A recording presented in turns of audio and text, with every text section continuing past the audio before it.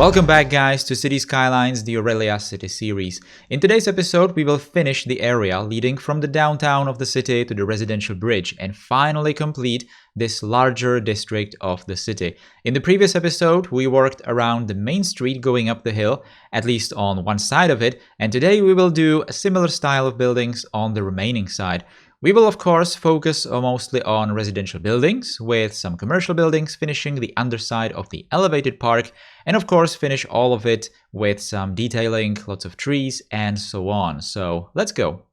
Okay, so we are going to start right around the elevated park. We have built the elevated park a couple of episodes back, so it's been sitting here unfinished for quite some time, and we are going to finish it with this project today. So there's not going to be really anything all that super special around the park, because I really want to focus on the same style that I did on the opposite side, which we, like I said, built some time ago already. So a lot of things changed, kind of. I kind of started doing different sorts of buildings in this side, but it's always a good idea to just be consistent when it comes to just finishing the styles of buildings that you already built in the city. So that's exactly what we're going to do today. We are going to place a lot of buildings underneath the edges of the park, underneath the path that goes around the park, and we are going to use even procedural objects, especially in these parts where we cannot really bring roads towards the park. So I just decided to put one slightly taller building around the park and then finish it off with some office buildings. And then we need to figure out how we are going to transition to the opposite side of the main street in here. So I decided to go with that residential building, a single one right now, but then I'm going to add another one. And of course we need some kind of like a landmark in this district, in this block. So I decided that the elevated park is going to be surrounded with high-rise buildings. Not exactly like super tall buildings, but well, this one is probably the tallest. So I placed that one. I don't think that it serves any purpose. I don't think that's a Rico building. Maybe I'm wrong, but I think I placed it as just a monument building, which is perfectly fine. It just sits there being nice, being good looking, and it kind of creates something very unique for this block. Otherwise, it would not really have all that many unique buildings, you know? So this is probably fine. Now, we also placed a library, which in game I think acts as a high school, although I'm not so sure about that. Maybe it's an elementary school. Not exactly sure. And around it, we just placed some really common buildings in here to just finish off the corners and obviously make all the residential buildings around it look all right. So right next to the park in here, where I, like I said, put some residential buildings or just some buildings underneath it a long time ago already, I decided to not do any buildings at all and do just some trees like this, because it might not look exactly that great if it was too crowded in here. Now, we also have one very important thing to deal with, something that I was kind of putting off for a really long time, and that is dealing with this elevation difference. We have the highway in here, and obviously we have the main street, the one with the bus right there, that goes to the residential bridge, and there's obviously significant elevation difference between the roads. We also have the terrain that we need to deal with in here, and I just decided to do this this cliff in here. I'm obviously going to put the decals for the cliff in there later, and obviously some trees and all that, so it looks good. I was kind of thinking of doing some retaining wall there, but it would not look all that great. I experimented with it, and it kind of looked a bit too much concrete, so I just decided to do it like that. And we're gonna see it obviously a lot more when we continue the building. Now, while I was explaining that, I created the second instance of that residential block apartment building, whatever you want to call it, on this side of the street. So now we have two buildings on each side of the street. And again, it kind of creates the impression that the project that built these buildings was happening on both sides of the street, which kind of makes it believe that the street is not really dividing the block too much. There's obviously going to be a very nice detailing around those blocks as well. But first of all, I'm probably just focusing on putting down all the buildings before doing some detailing. So In here, I also used the same looking buildings on both sides of the street, those kind of narrow residential buildings. I'm not exactly sure if those are vanilla buildings. I think they are. I'm not sure about it. I think they are, but there is like a workshop version, which is just slightly propped up. But I delete props anyway from buildings mostly, so don't really care about that. Now, at this point in here, I really wanted to create some kind of underground parking, let's say. So maybe in here that would be a good idea to create something like that. So this cliffside in here was kind of empty, and buildings would probably not look all that great in here. It obviously is not a very nice shape for buildings of any kind. I would need to have a building that would perfectly fit that place already, right from from the box. Whatever you call it in English, right?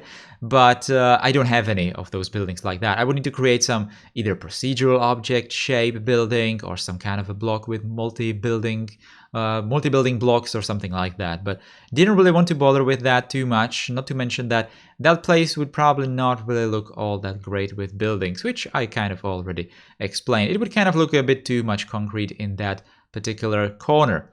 Now, I'm trying to create some kind of a street, some kind of a road, or something at least, that's going to form an outline of this block, right where it meets the highway. So I decided to do it with this elevated road. It kind of goes and clips for those pillars that are obviously holding up the railroad, the colored ones. But later I used the traffic manager to completely ban people from walking on that one side of the street. So that's probably fine. And obviously we won't see any pedestrians clipping through those pillars there. Now, some kind of retaining wall was obviously needed just to finish off this corner, but I decided to not put it underneath the entire length of that upper street, that elevated street there, because I kind of figured that just having the cliffside underneath it with the pillars for the road is probably fine enough, so just kept it like that and only did the retaining wall on that little corner.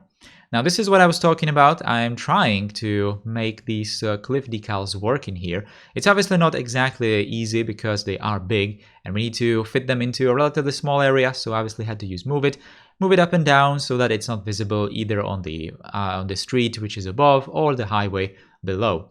And this street in here is going to form some sort of an entrance underground for probably parking or maybe some resupplying for the shops in here, for this block in here. But obviously it's not going to perform any function in the game. It's just going to be, for looks, right? So doing this retaining wall, this is obviously the newest retaining wall. I'm not sure if this is the light stone or something like that. The one that was recently added into the workshop, just so I can use some different walls every once in a while. And trying to just blend all these surfaces together with the decals. Obviously had to use procedural objects for grass to finish off this retaining wall, because obviously it needs a very customized shape in this place. Not to mention that the corner in here obviously requires some kind of a rounded shape, which is something that I haven't done in a really long time, and to be completely honest, don't really miss it too much, because moving each individual node for these rounded surfaces is not exactly all that super fun, but it needs to be done, and the results are definitely worth it for places like these, and there's pretty much no other way of doing it. But this was not all that bad. It kind of went somewhat faster than it's usual. I guess it's because I already did these kinds of rounded surfaces a lot in the city previously, so it's not all that bad. Now, while I was talking about that, we finished the surfaces, and obviously we need to put some decals there to just blend together, for example, these cliffs in here and the procedural object grass, which kind of looks different than the normal grass. That's because of the ruined texture. If you are using some kind of a very bright texture for the ruined terrain type, then that's going to be displayed underneath or above. I'm not sure how exactly it works, but it basically means that the grass is not exactly going to have, like 100% visibility, but it's going to have the underside of the grass. It's going to be having that texture going through it. And in this particular case, I am using very bright texture for for the ruined terrain type, which is the ruined. It's the little rocks that are around the pavements, usually around buildings and roads, right? So that's very bright and it's shining through the grass. And obviously the procedural object grass is just the texture for the grass, which is obviously a bit darker. So it kind of looks a bit different. And every time I use procedural object grass, it is visible that there is a difference. So it's a good idea to maybe brighten it up, the procedural object surface, with maybe some decals for the dirt, because it's kind of yellowish, so it can obviously work a lot better for that. Or you can just use a lot of trees and completely mask the terrain underneath it. Now we are back with that elevated park finally, and I really was not sure what to do here, so I just decided to go with exactly the same thing that was on the other side of the park, and in the end it kind of made more sense to have the park, like I said at the beginning, to have the park very, very similar on each side. So these buildings are used all around these outline parks, right? Outline paths, sorry. Now, they are also having this road around the park, which kind of forms like a second outline of the park. So it's not all that super interesting, really, but it kind of had to be done. I really didn't want to use procedural object buildings for these rows of buildings in here, because they wouldn't be really used. And it kind of makes sense that we have a lot of commercial buildings in these areas, because there is a lot of people living here. There's a big number of people living here. The amount of population that we created for these blocks is rather high. We increased the population by maybe like 10,000 since we started building these districts. So that's actually quite a lot. That's almost like 20-25% of people living in the entire city right now. As you can see in the demand bar, there is some tiny demand for industrial areas already, which is kind of going up and down constantly, but the residential demand is still incredibly high. So we are in need of a lot of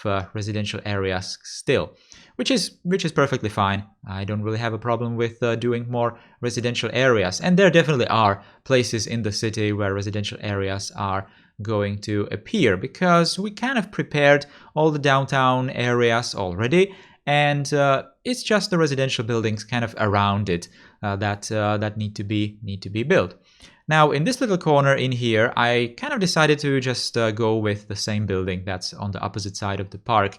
Again, just to blend the styles a bit more together, and at the same time, I didn't really have any better ideas about that corner. So this is as good as any other building there, really. Now, this corner of that high-rise building, I decided to just complete with some of these random buildings. Really, these are offices and commercial buildings as well, and even use some procedural object versions in here just to really customize the fit, so that it doesn't really show where it doesn't where I don't really want it to, right? So, for example, this building in here, just need to place it exactly so it doesn't go into the building from the opposite side, right, from the tall building. And of course, fill this inner block as well. And this building inside obviously wouldn't be close enough to a road, so it must be built like this. And it's not really all that big of a problem at all. Now I'm finally going back to these residential buildings, and I really enjoyed doing this detailing. It's not really all that super interesting. Well, it is kind of interesting, but it's not super difficult to do these stairs like I did on the opposite side of the main street, which I actually showed in the cinematic, if you remember, for the previous episode. Yeah, this one. And even the retaining walls, I'm just going to completely copy from that side and do the exact same thing over here, even though in here it's going to be reversed, because the stairs are going to go down towards the building, because it's built to the height of the intersection that's to the left side right now. So the street obviously goes higher while the building stays on the same level. So these stairs obviously need to go lower. I'm going to only do one set of those stairs, because in here we kind of have pretty much the same level, so the stairs are not really needed in here. And again, if someone doesn't want to use the stairs, then they can easily just go around this planter and just reach almost the side where the intersection is, and just go to this entrance, from there. So no problem at all. There's obviously going to be the same detailing as we did on the other side as well. So there's going to be some rocks, the same trees, and it's going to look really, really good. I think I included some more cinematics of like details of these areas as well, just like I did with the previous episode. I was really somehow trying to play a lot with this place. Not really sure why. It's just one simple residential block, but I really wanted to make it look good. I finally used these pedestrian paths, which are kind of problematic. You really need to use them in a very, very special way. They need to be on completely flat terrain, like completely flat terrain. I was even trying to put them to this intersection where I'm putting the decals here, but when it's going elevated, it's just not really going to end up well with those paths. But they look very, very nice, so I really wanted to use them to form some kind of a courtyard paths from the back entrances for those buildings. So it definitely does look great, and it's obviously going to look even more great with these details in here, the rocks and the trees and all that. So, like I said, the same looking trees, again, the pine trees in here. I am going to use, I think, a lot more leafy trees in here as well, because the surrounding areas, for example, the riverside area, I think does have some trees that I used before. I was not really using pine trees before that much until I reached this area, but this area just really calls for these kinds of trees. I don't know why, but the combination with the pine trees and the decals for the dirt is just perfect. It's really perfect, and I'm going to be using that for many more times in the city, definitely.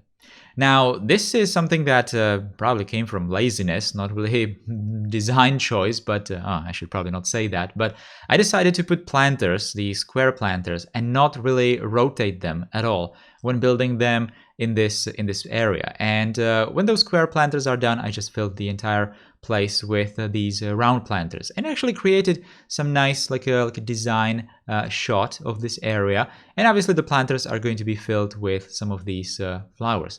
Anyway, we are doing some last detailing already, so that always means that we are almost at the end of today's episode. So we're obviously going to see the cinematics, and like I said in the beginning, we are finished with this part of the map. So we are going to move somewhere completely else in the city. Well, not really completely, but we are going to move some distance away from this block, and we are going to continue something completely different. I have an interchange actually in store for you for next week, so that should be interesting. Anyway, guys, thank you for watching today's episode of the Aurelia city. I will see you next week. If you like this video, then you can always put a thumbs up underneath it, and subscribe to the channel if you're new here, and share the video with your friends. I'll see you next week. Take care. Goodbye.